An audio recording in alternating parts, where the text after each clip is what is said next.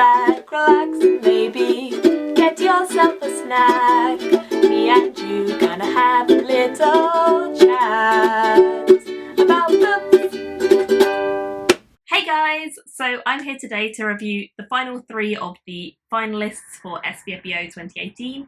I read all of these a little while ago and wanted to get on to reviewing them. I've done reviews for all the other books now, so if you haven't seen them, I'll link them below and you can go and look at them and kind of find out a bit more about all of those too. So let's just launch straight in. I'm going to go from my least favourite to my favourite, but bear in mind all of them got at least 6 out of 10, so I did enjoy all of these books and I think they all have their own type of merit. So the first one I want to talk about is called Sowing, and this one is one that was a bit of a mixture. It's a book that I was a little bit unsure to pick up because it looks almost cult horror from the title and the kind of cover design, and I don't like horror. I'm a bit of a scaredy cat, so horror books are a bit freaky to me, but luckily this wasn't really horror as much as it was a dark fantasy. It's set in an alternative version of history, an alternative kind of fantasy version, but there's not an awful lot of magic in this. It's kind of a low fantasy, and we are following a very beaten down slave race of people who live in this city, and they're kind of controlled and dominated by another group of higher up individuals. There are a lot of abusive scenes and rape scenes in this book, which are pretty explicit, so bear that in mind going into it. Trigger warning, it is all kind of there. Punishments for anyone who breaks the rules. It's a very dystopian society, really. I have since heard from the author, since reading this, that she is revising this book so that it is not quite as graphic as it was when I read this version. So if you do get this, it may be slightly revised, but yeah, at the time of reading it was pretty dark. So we follow 2 sisters mainly in this story. We have Rabria and Arilla, which I probably pronounced really wrong, but oh well. Rabria is the oldest one and Arilla is the younger sister, and Arilla's life is pretty crap really because she is abused mentally and physically throughout the story by their mother, who is just horrible. She's a nasty piece of work. Rabria is the older sister. She cares an awful lot about her younger sister, and all she really wants is to be able to free them from her mother and stop her mother from just abusing her sister. She knows of it, she's aware of it, but she doesn't have a lot of control over what happens when she's not there, and she's really upset by the fact that she can't really fix this for her sister. So when we pick up the story following them, the background of it is that there's been some treasonous posters which have just appeared in the town, and it seems almost like someone or something, some movement is starting to incite a rebellion against these oppressors.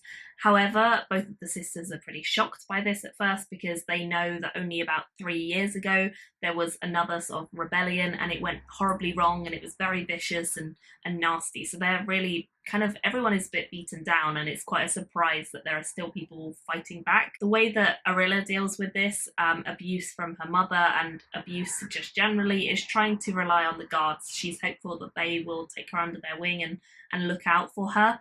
But Rabria is older, she's seen more of their brutality, she does not trust them, and so she decides she's going to take things into her own hands and possibly do something quite naughty and something that would get her in a lot of trouble if she's found out, in order to hopefully one day save her sister and herself. So as I said before when I started this review, it is a dark story. This is not a story that's light reading. There is romance, but it's not a nice kind of romance very often.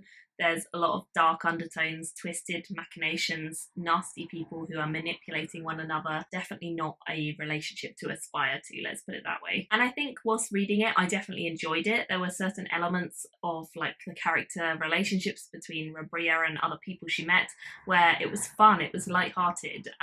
But I don't think this is a book that would stand out as particularly memorable when you've read it and then you put it down and you move on to other stuff. I don't think it would stick in your mind as much as some of the other books that I read for this, so for that reason I didn't give it quite as many stars as I would have otherwise. I think for me personally, I don't mind brutality in books as long as I kind of know it's coming, and I think that you do know quite early on that this is not going to be a nice read. So for me, I probably would read the next one, and I probably would kind of go further with the world and kind of find out what happens next. It feels like the ending of this book is only the beginning of this story, if that makes sense. So it's brutal, it's nasty, it has got some definite like downfalls of not being quite as developed or quite as well thought out as some of the other stories, but I think I liked it because the drama and the intensity and the raw emotion is definitely there. I would have liked to see a little bit more of backstory into like how the society got this way. But overall, I liked it. So I gave it a 3 out of 5, which is 6 out of 10. So definitely enjoyable, but be warned, it is dark. The next one I want to talk about is Sworn to the Night. And this one I think is actually a book that is set in the same world as some other books by this author. I'm not entirely sure how many others, but I think that it starts out with, if you know the backstory of these other ones, you're probably going to like it more. I didn't know that there were other books at all in the series or in the world, so I didn't get as much as some of the other judges, I think, from this, but I still enjoyed it. I definitely recommend it still. So we start the story by following a character called Marie, who's a detective, and she is working a case where she is trying to find out who is going around killing prostitutes. She is absolutely determined. She has a vested interest in finding out who this killer is because no one else is really that fussed, and she's like, guys, just because they're prostitutes doesn't mean you shouldn't be upset about this. We need to find out who is doing this and who is killing these people. But she kind of is the only one who's really focused on finding out. Other people have other stuff that they're doing, and it just doesn't seem to be the top of their list or their focus. So she's quite irritated by this. I liked her fiery style of kind of going and doing stuff and getting things done. But I do think that she later on became quite submissive to one of the other characters in the book, and I was not a fan. I kind of felt like she lost her way a little bit, and I didn't like that so much. The other main character that we're following in this story is called Nessa. She's a woman who is trapped in a relationship. She's married. She doesn't like her husband. She feels like he is actually doing something to manipulate her, and in fact he is. He's drugging her, and she feels betrayed by this. She feels like she is stuck in a bit of a rut, but she has her own ways to deal with this. She is more than meets the eye, let's say, and she has her own kind of magical stuff that she can do to change her situation. Initially, when I met her, I thought she was going to be a fairly small, minor part of the plot, but actually she becomes a very major character as the story goes on, and her nefarious dealings are quite a big plot point. There are also quite a lot of kind of cameo characters. So we have Harmony Black and Daniel Forst, both of whom I imagine are from some of the other books that are written by this author, because I think there is a series which is called like the Harmony Black series or something like that. So it seems as though they are definitely characters who, if I'd read the previous series, I would have got a lot from seeing them in this series, but because I haven't read any of the other books and I didn't know that you needed to or that you could, this works as a standalone, but I do think you would get more from it if you had read the other series, basically. So yeah, they appear, they kind of make their appearance, and I imagine it would have been great if I'd known more about who they were. I would say at the heart of this, it is kind of an urban fantasy, and it does have some body horror moments. There is also quite clearly torture as a major part of the story, and it's not a light read, it's brutal. One of my other small critiques with this is that I really enjoy seeing LGBTQ plus romance in books, especially if they're done well, but I didn't feel like the one in this book was that natural. It felt quite forced to me, and I wasn't a big fan of that. There was definitely an element of like insta-love, and we do find out why later on, but I didn't feel like it was as good as it could have been, if that makes sense. So I just would have preferred the relationships to develop a bit more slowly and be a bit more natural, and that would have worked better for me personally. Overall, I definitely was interested throughout. I enjoyed it. I found it an easy read to get through, and one that I think has an interesting premise. I'm definitely intrigued about the other books this author has written as well, now that I know kind of that there are other books and that there's cameos and they all kind of tie together. It seems like it's an urban fantasy series with a lot of different links going on and little elements of paranormal, so I'm intrigued for sure, and I gave it a 4 out of 5, which is 8 out of 10 for the purposes of SPFBO, so definitely one that I enjoyed a lot. The final book that I want to review for you guys is The Gods of Men, and this one follows a main character called Sable. Now, I'd heard good things from the blog who nominated this book as their finalist about this book, and they are a blog of reviewers who I generally tend to mostly agree with, so I was feeling quite optimistic going into this, and I definitely think I enjoyed this, one of the favourites from this year's batch, that's for sure. It was certainly up there very high. So we follow this character called Sable, and she lives in a fairly remote area. She had a power within her that was very mysterious. No one quite knew how to control it, including her.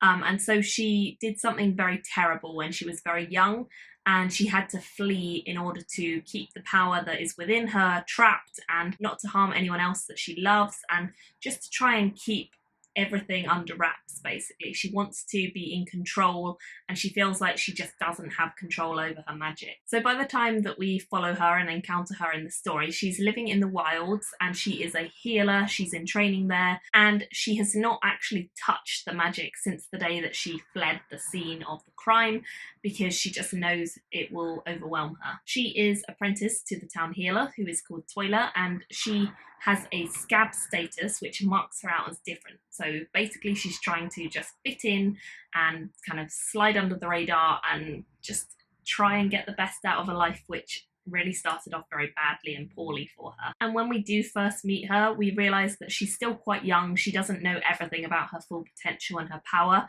And I do think that over the course of the book, the decisions that she makes and the action she takes are quite believable and realistic for a character, so I like that a lot. The other main character who we're following is called Joss, or Wolf. He is like a prince character, and he is known to be this notorious tracker who goes out and finds runaways and people who are different.